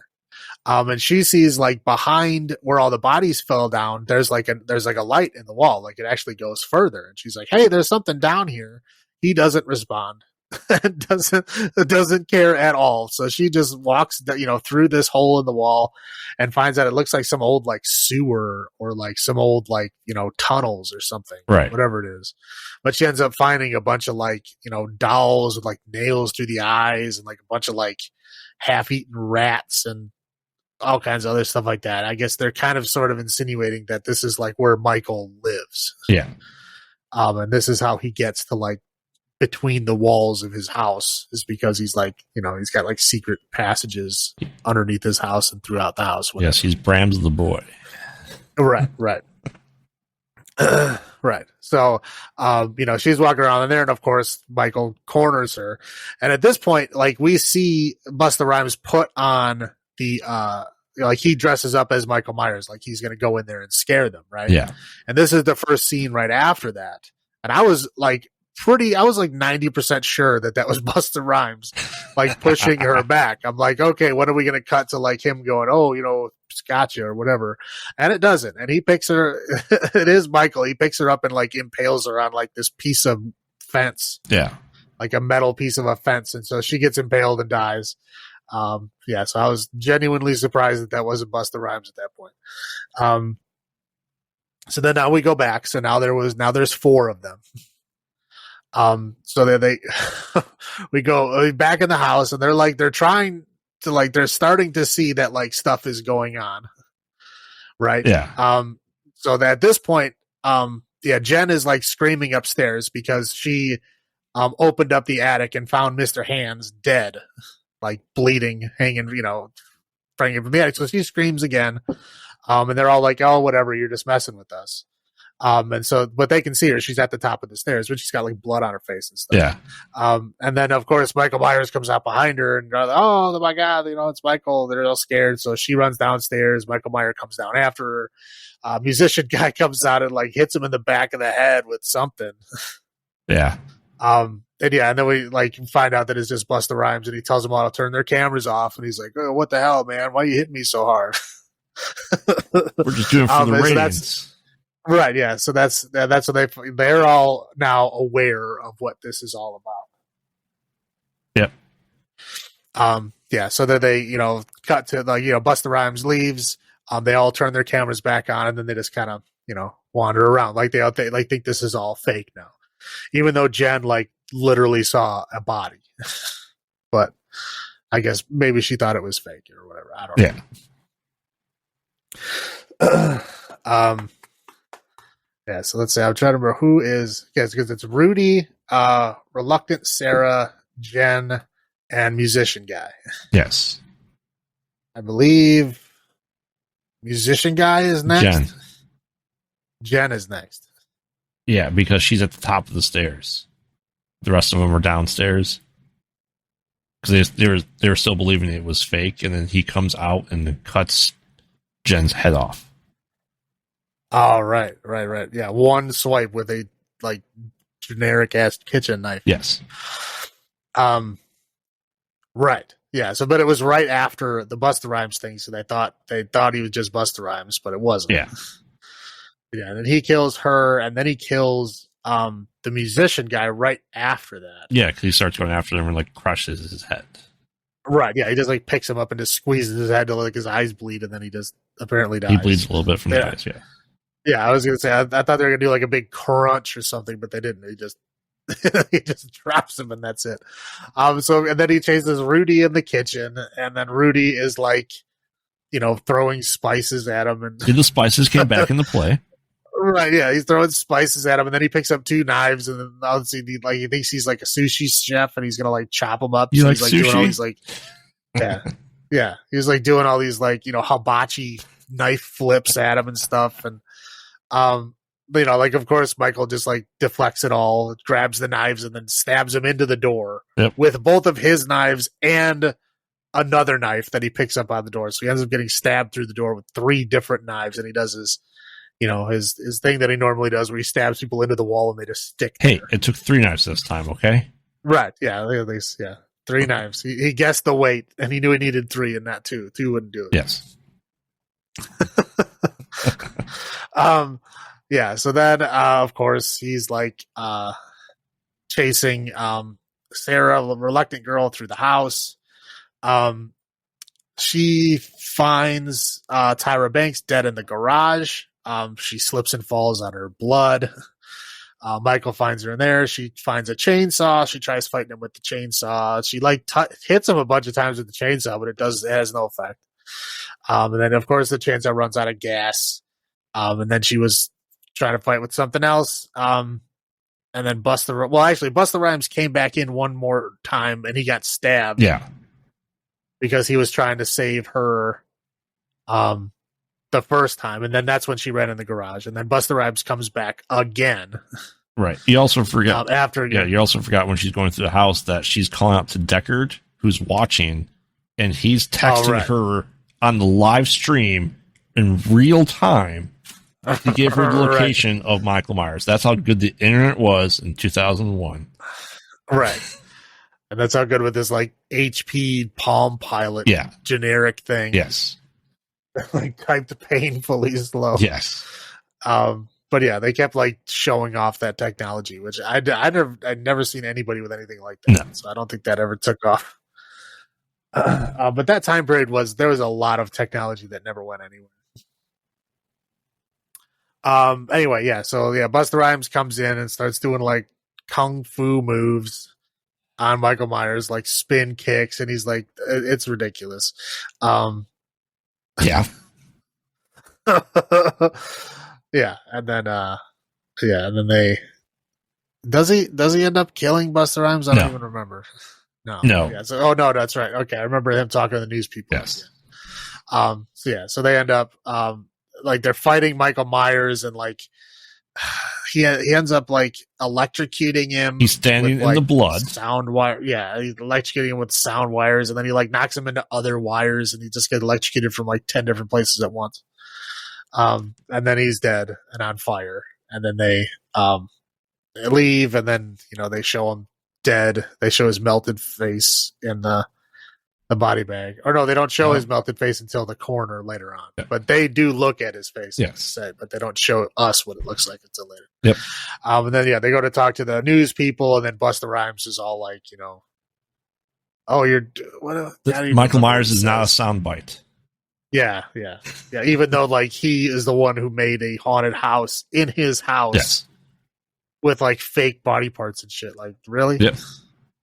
You're not on a high horse, but yes. Anyway, yeah. And then they cut to the morgue, to where she unzips the body bag and sees his melted face, and then as she's like, doing her job, he opens his eyes like he's still alive. Yep. But thankfully, they never made a direct sequel to this movie. Or did they? We'll have to get into that theory that's going to continue for me throughout the rest of these. So yeah, well, we can get there now. So Elfine, the movie is over. Yes. What was your first thought seeing this movie? Is this, do you rewatch this one with H2O? I have to. It's a sister movie. You have to watch Halloween and Halloween 2. You have to watch 4 and 5. Okay. You have to watch the H2O and this. Right. Well, okay. Well, 1 and 2, yeah, I get. Right? 4 and 5, yeah, I get. H2O in this one, I get, but you could turn it off after 5 minutes. Right. I mean, because like the part with Laurie Strode at the beginning, yes, is a direct continuation from H2O, but literally after that, it is a completely different movie. It has no ties to any of the lore at all. Correct. But I think this was the first Halloween movie I saw in theaters. It was I wanted to go see in theaters. Okay.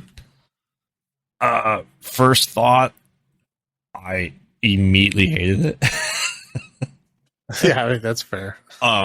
Because I go, this is not a Halloween movie. Because up until this point in time, regardless of Laurie Strode or how other people are related, this is kind of the first thing that has a group of people that have no connection to Michael Myers. Right. At all. Correct.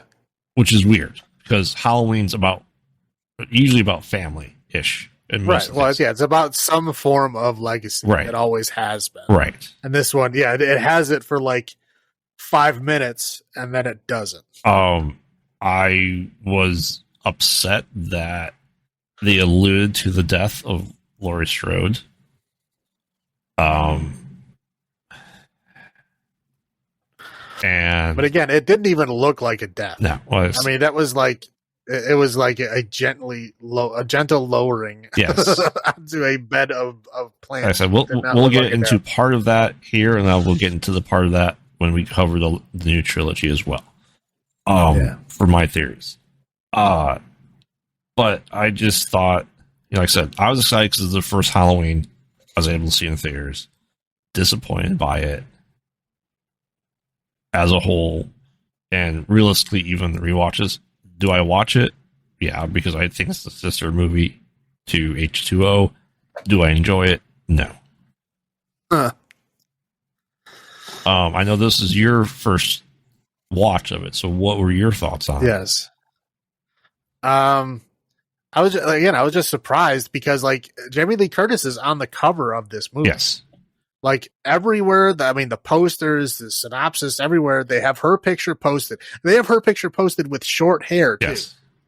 They have her picture posted with short hair as if she's like the main cast of this movie. Like it shows her with all the other characters as in like she's going to be a main part of this movie. And then she's dead. And I like literally at the end when Busta Rhymes kicked the door down, I was like, here's Laurie Strode. Like literally, I was like waiting for her to come back because it was such a jarring, weird death that it just brought her out of the story. Like I literally thought it was going to be her kicking down the door. Yeah.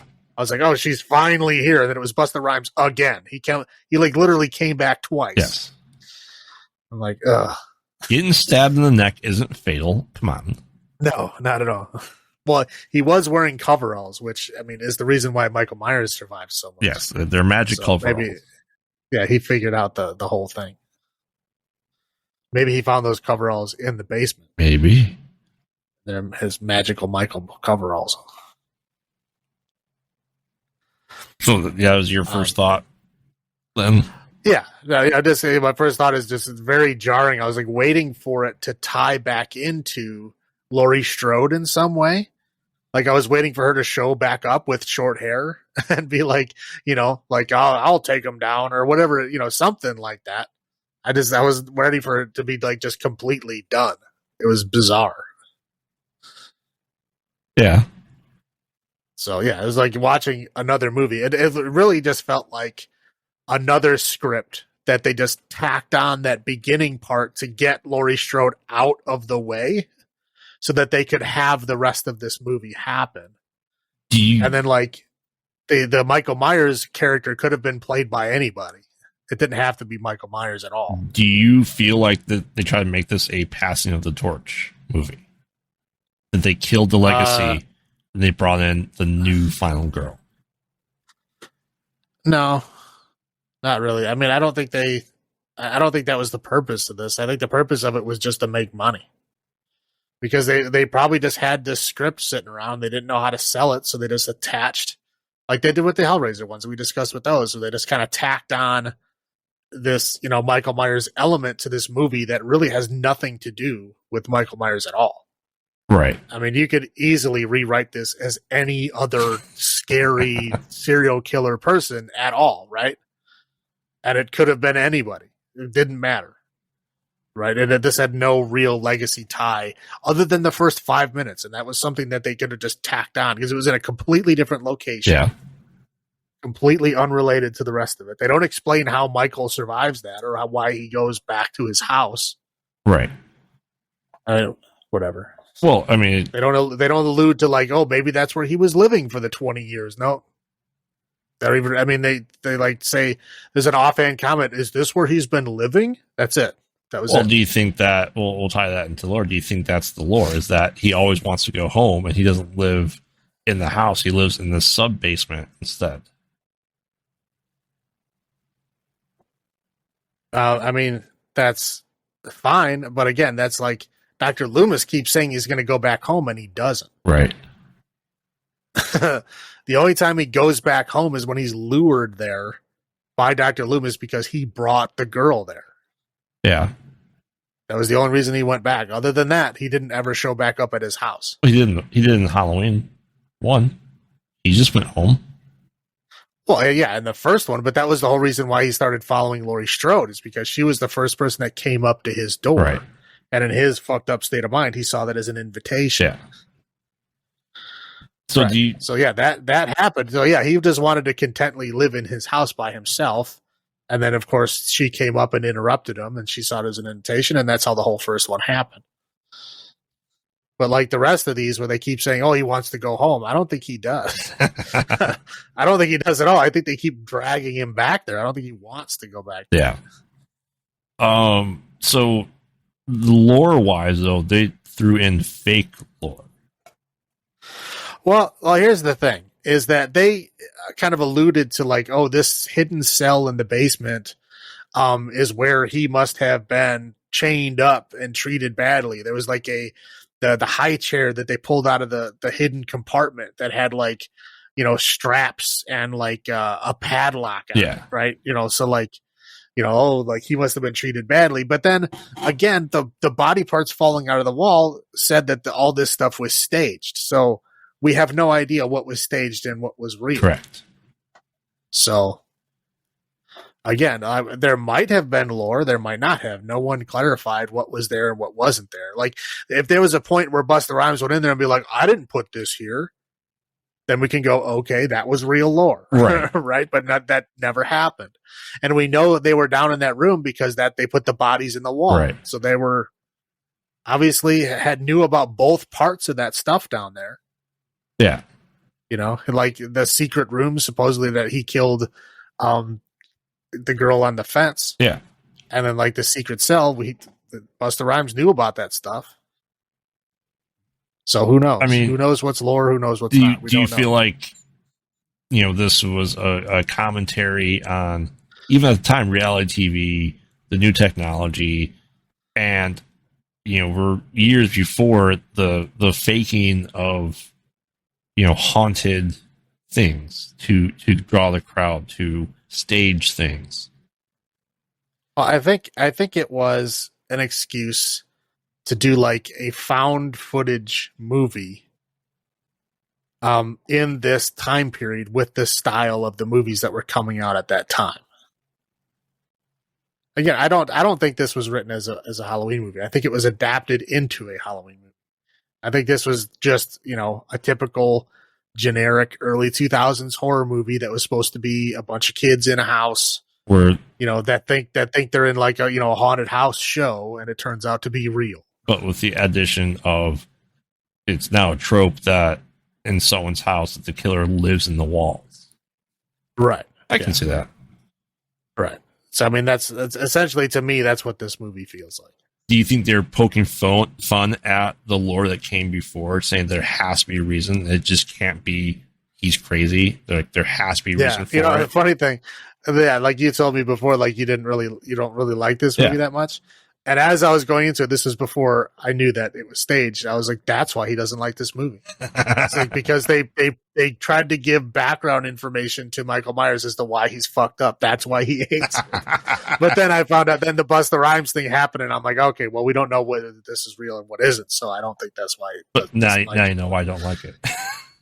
Well, I'm just saying, like when we first saw that high chair, when they pulled it out, I was like, that's why he hates this movie. They tried to give Michael Myers a pass than a background. I mean, that wasn't the case. It's a fair assumption of you. I'm not going to lie. It's a fair assumption. Right. What about highlights for you? Highlights would be Katie Sackhoff. Really? I really like Katie Sackhoff, and I like seeing her in this movie. And I like seeing her in this like goofy role. She doesn't play like the kind of bubbly character like this. This is she's like a hard really ass. Only right. She's always a hard ass, always tough. Always. This is the first time you see her as like, I wouldn't necessarily call her a victim, but more as like the typical like girly girl, right? To me, for lack of a better word. Me, I was discussing with the wife when we watched this again. She looks and acts like Brittany Murphy. Yeah. I'll give you that. But a lot. This was the time. Yeah, this was the time period. Right. A lot of people were stretching for that. Yeah. I don't think she was stretching for that. I think the people who made this movie were stretching for that. I'm surprised. Yeah, so it was. Go on. No, I just said I was just very surprised to see her acting in this role. Yes. Like, I want to be the center of attention. Yeah. Like, I want to be beautiful. Like it was very odd seeing her in. And she also reminded me of Jenny McCarthy in Scream 3. Yeah. The same thing, right? Which Scream 3 had come out a year before this. Right. And again, it's like, but, Katie Sackhoff did a good job. I mean, she played the character well. Yes. She played it exactly how it was supposed to be. It's just odd seeing her in that role. Did you like her in that role, though? I thought she looked good, but no, I did like her in that role. I mean, obviously she's beautiful, and yes. I did enjoy seeing her, but I think she did well. I mean, it's just odd seeing her in that role. But again, like in this, movie, that was probably my favorite part. That there's not a whole lot going for this movie as well. I mean, this is, I think, the first thing I ever saw Katie Sackhoff in. This is a year or two before the limited series of Battlestar Galactica. Yeah, the first thing I saw her in was Battlestar. Yeah. But yeah, and I loved her then, and I've loved her in everything she's been in since. I even watched all of Longmire. You ever watch that show? Yeah, it's about a sheriff in Wyoming. Yeah. But she's like the one of his like deputies or whatever. But yeah, I've watched all of that show. And I started watching it because she was in it. So now, what I was going to say is, I'm surprised there's one highlight that's not a highlight for you. I figured you would like the serial killer true crime guy in the sanitarium. The guy with the clown mask? Yeah, but he's reciting he's dressed up as John Wayne Gacy. He knows Michael Myers, so he's spelling off these facts. Right. And I know you like true crime, and I know stuff like that. I just figured you'd like that guy. I mean, he was a cool guy, but he's not That he got the mask handed to him. No, the knife. He got the knife. Yeah, he got the knife handed. Yeah. Oh, that was another thing I noticed about both the movie H2O and this movie is whenever he picked up a knife, the next scene it was bloody. Yes. Even though he picked up a fresh knife and has not stabbed anyone since then, the knife was always bloody all the time. Absolutely. I noticed that too. I was like, who did he stab? I must have said it like 3-4 times. Like, why is it bloody? Who did he stab? Yeah.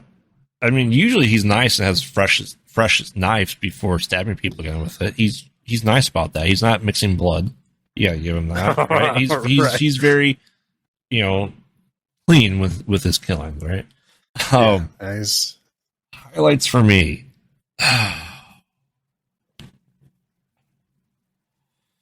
Tough one. I mean, yes, Kay Sackhoff.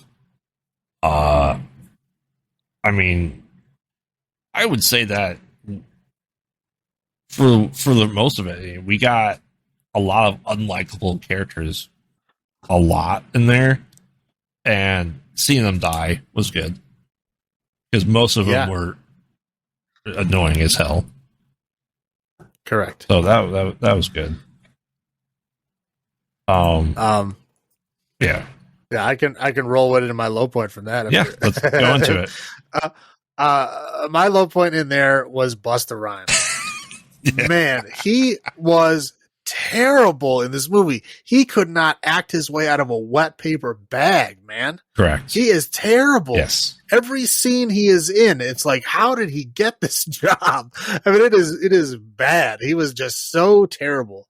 The only time he ever shined a little bit, like he might have actually practiced the line, was at the very end when he was talking about, Michael Myers is in a soundbite. That it sounded like he actually practiced that line. All the rest of the time, it just sounded like he was making this shit up, like at the time, and they just went with it. Well, like, okay, take one, go, done. Well, his facial expressions, the enunciation, he was overacting in everything he was doing, any line delivery. Right. Yeah, and it was just again, just terrible acting. Like, I don't know if he just never even went to an acting class or what, but it was just terrible bad. And it was double bad because he never got killed. Right. When people that are terrible actors get killed, it's like, oh, there's a relief. At least I don't have to watch him act anymore. Right. But no, Busta Rhymes, he got killed twice and came back twice. Yes. He kept coming back. I was like, oh, thank God I don't have to listen to it act anymore.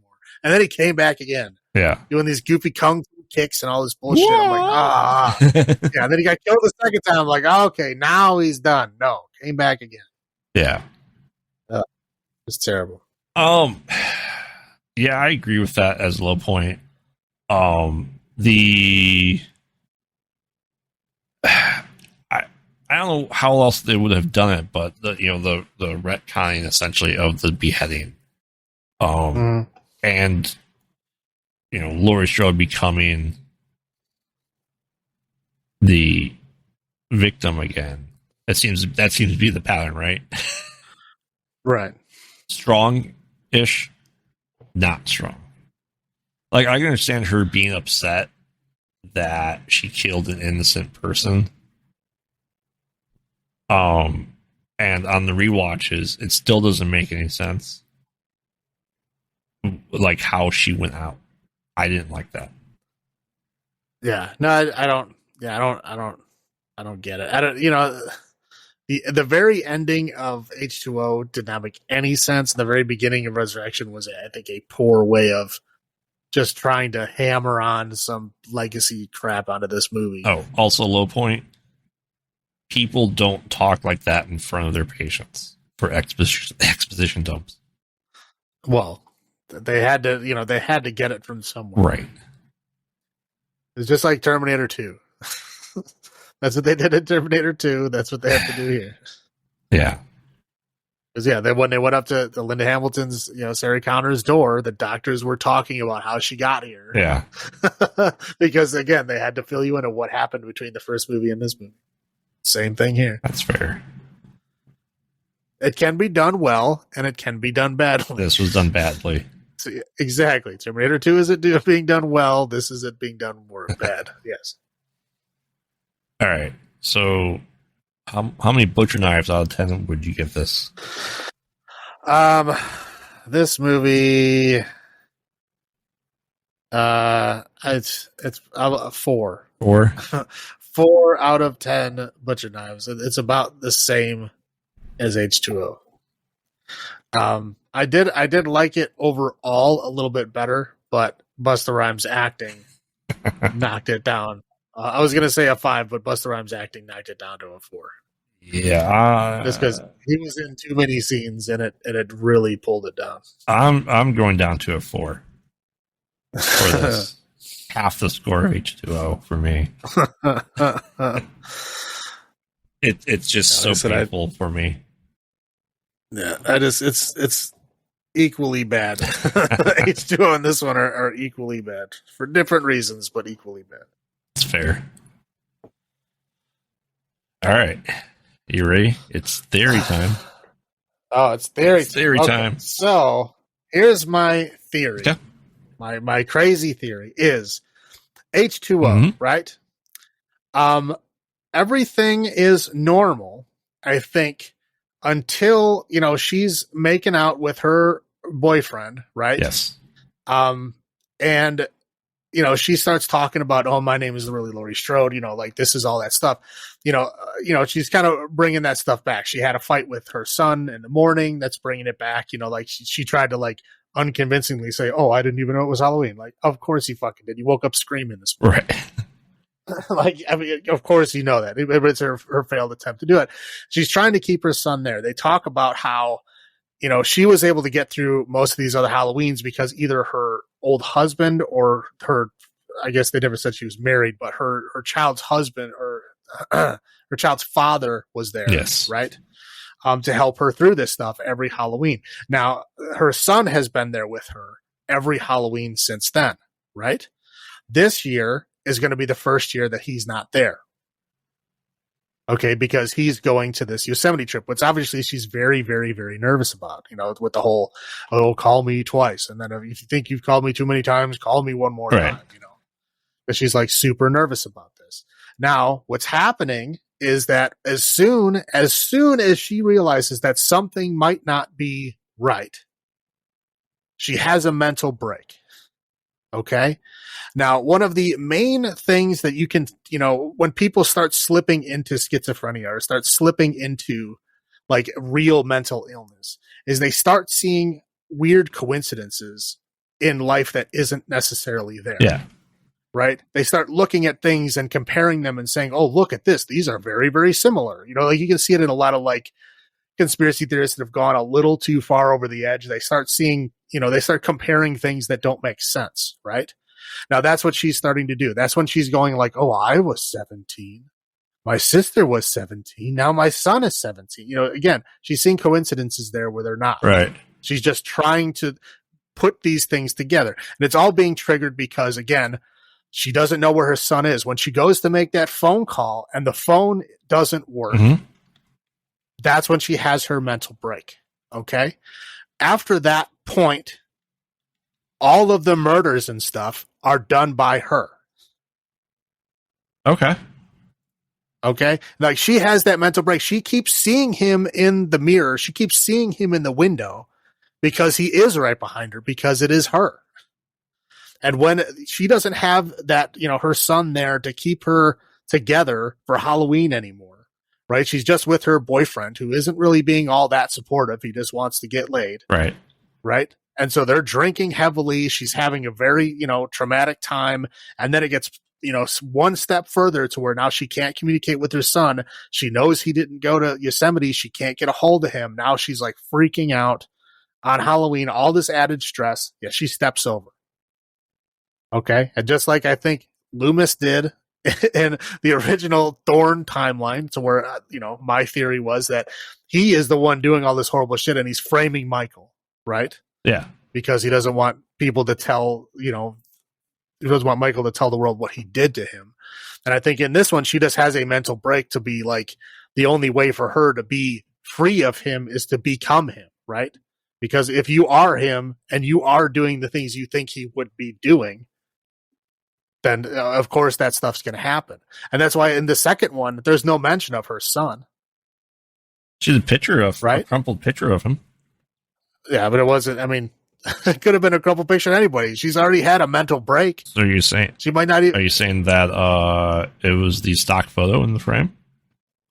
Well, obviously it wasn't. I highly doubt it was Josh Hartnett, but yeah, no, I think she had a mental break, and they did catch her. They did talk about her decapitating a paramedic, but I think that she killed all of those people. So you're saying this is a high tension? Yes. Okay. And I think in the second one, to where Michael comes and and whatever threatens her to the point where she has to try to kill him, she just kills herself, just straight out. She just goes up to the roof and jumps off, and she sees that in her head as what's happening is that Michael is trying to kill her and trying to take her with her, but she just straight up kills herself because they already talked about how, she's gotten out and gotten up to the roof a couple times, right? I think she just got up there and she just straight up killed herself. Obviously hallucinating the entire time, a mental break. She was in that Michael Myers world again. But that's where I think. I mean, obviously that ends there because the rest of the movie is a total cut from that whole Laurie Strode, story. Well, let me ask you this. Yeah. Jumping off of your theory, what if her falling off was symbolic? That she is still Michael Myers, and her falling off is the death of Laurie Strode in her personality, in her head. Oh, see, that would make more sense, right? That would make more sense as to why the movie kept going after that. Yeah, so if she survived and then became Michael and then started killing those kids in the house as Michael, yeah, that would make total sense, and that would be a logical reason why the movie continued to the end.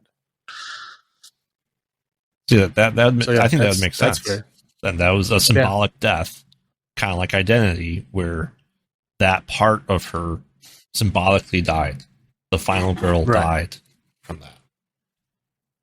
I like it. Yeah, that's good. I like it. I like your theory. Yeah. Well, I mean, Michael Myers is androgynous enough where it could technically be a woman, right? With the sexy '80s power shoulder pads. Yeah, and the fourth one, man, that is by far the worst. Well, I haven't watched them all yet, but I'm going to go out on a limb and say that's the worst iteration of Michael Myers is the fourth one with those goofy ass shoulder pads where it looked like he had no neck, and that mask was just terrible. Yeah. And it had that black mesh over the eyes, but you could it was so badly done you could see it. It's supposed to be there to look like it's always in shadow, but you could see it because the lighting was so bad that it was shining directly at it. Ugh. All right. So that's your theory. Continuing, right? So we're unreliable narrator still. Yep. Yeah. My theory is this is one timeline. 100%. Everything happened continuity-wise. The entirety of it, because we find out in H2O that she faked her death. Okay, right. Essentially in the newspaper in Loomis's Pepe Silva nurse's office, whatever. I think it was. I'm pretty sure it's his house. And that's where she was taking care of him in hospice, or whatever, right? Yeah, I think that's what they alluded to, right? They had the article that was in Halloween 4 of the car crash of her faking her death. Okay. So I think she faked her death in 1987. Okay. But Josh Hartnett would be 1 year younger than Jamie. So I think at that point in time that the father became estranged, took John, she faked her death, So Jamie was given up. And then eventually she comes back through the dad being something happening, a deadbeat dad, because they alluded to that he's a deadbeat dad, so that she got custody of John again fairly recently or past couple of years. So Jamie's dead, her daughter. She got custody back of John. And because her daughter is dead, that's why she's more protective of John. Okay. Because in the Pepe Silvey stuff, we have more murder points than what we saw. We even got pictures of these kitchen shears that Jamie Lloyd used on her foster mom up there. You can say it was an Easter egg, but if he's tracking all these murders, why would he have seen the evidence from Jamie Lloyd stabbing her foster mom in the Ford if that timeline didn't happen in H2O? Right. Well, there also, when you looked at, there was a map with pins in it, and those pins were all over. They were like in other states. So, I mean, there was like, they were clustered mostly around Chicago and Illinois, but like you saw, there was like some in Iowa, there was like some down in like Missouri. So we see other murders. So they explained that he's being tracked this entire time. So he wasn't in hiding. He's been out there doing other things, other murders. Like I said, we have evidence of other things. And with the serial killer enthusiast, he misquotes the number of people dead from Halloween 2. He says 3 nurses and a paramedic were killed. That's it.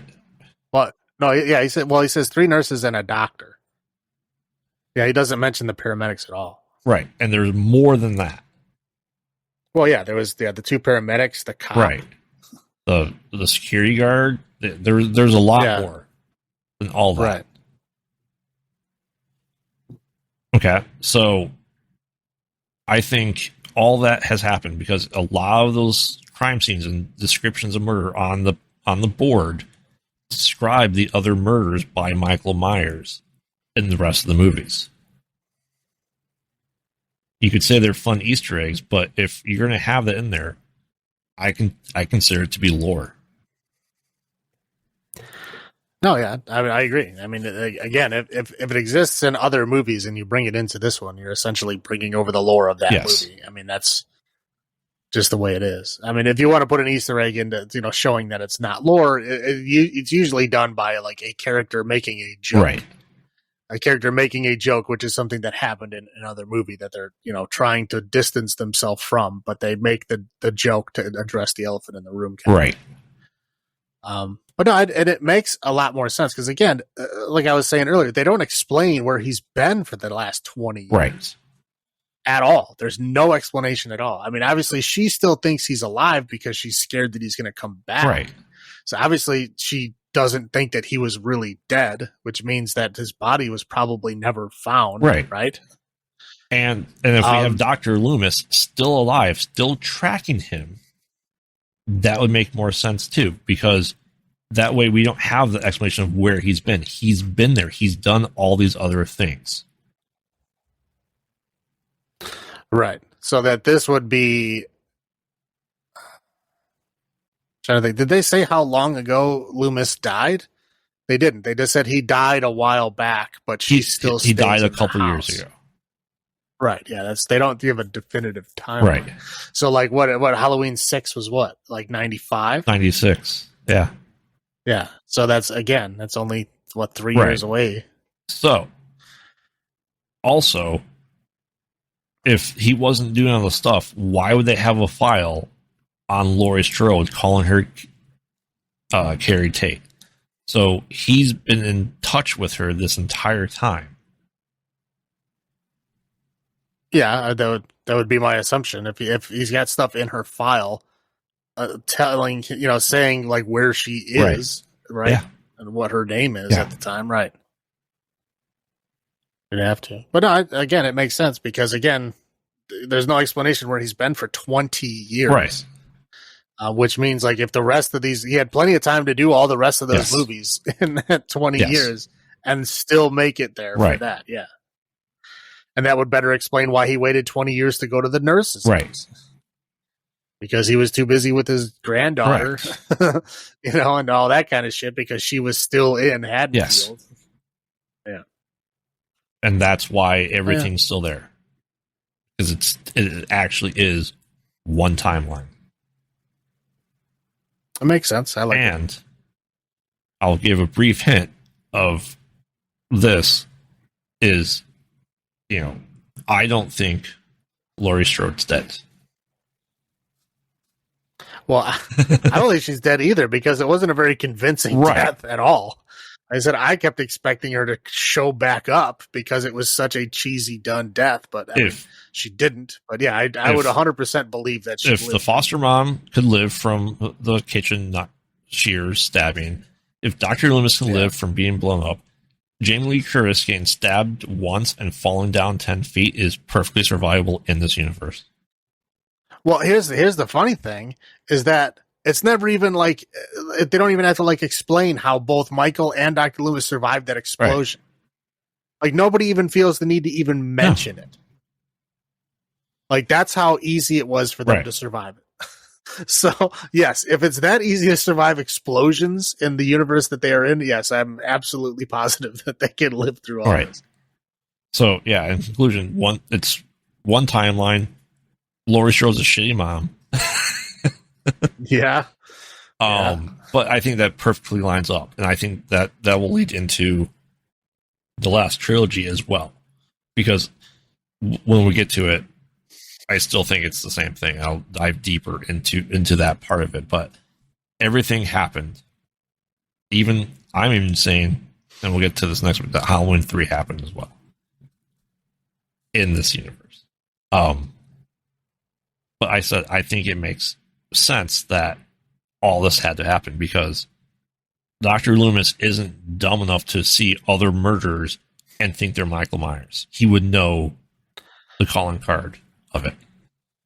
Well, I mean, but also he had all the sketches up on the wall of Michael Myers' mask. I'm assuming those were sketches of like other crimes that people had seen him. Yeah. So yeah, I'm sure that's how he's tying it all together.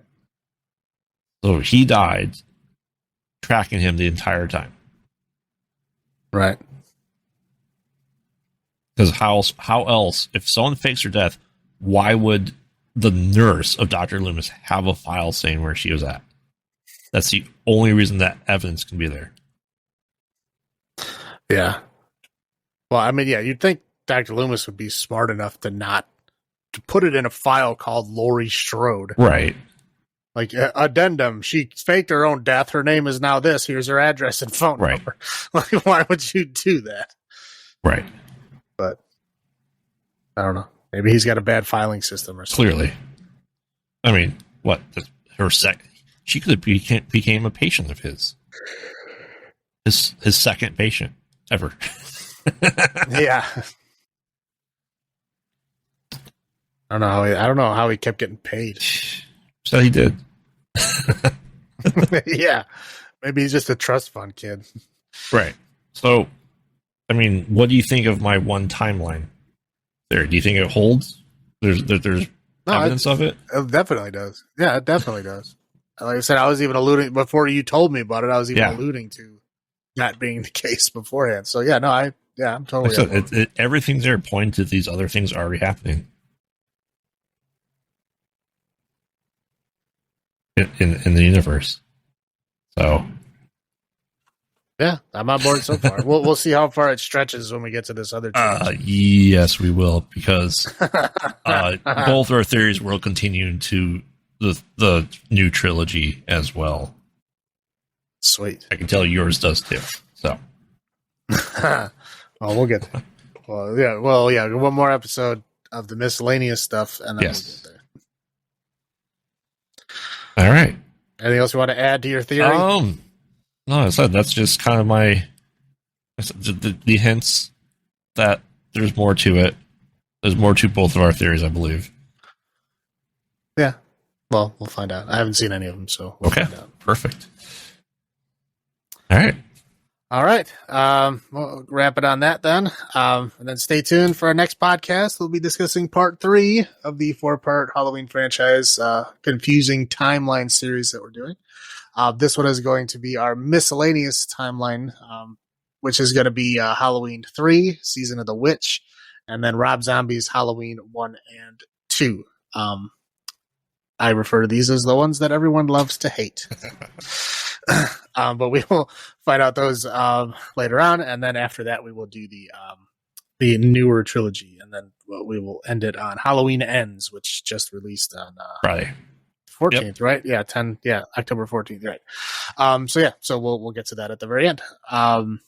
Until then, this is Salem saying, "Long live the new flesh." And this is Graveyard saying, have you checked on the children? Bye. Bye.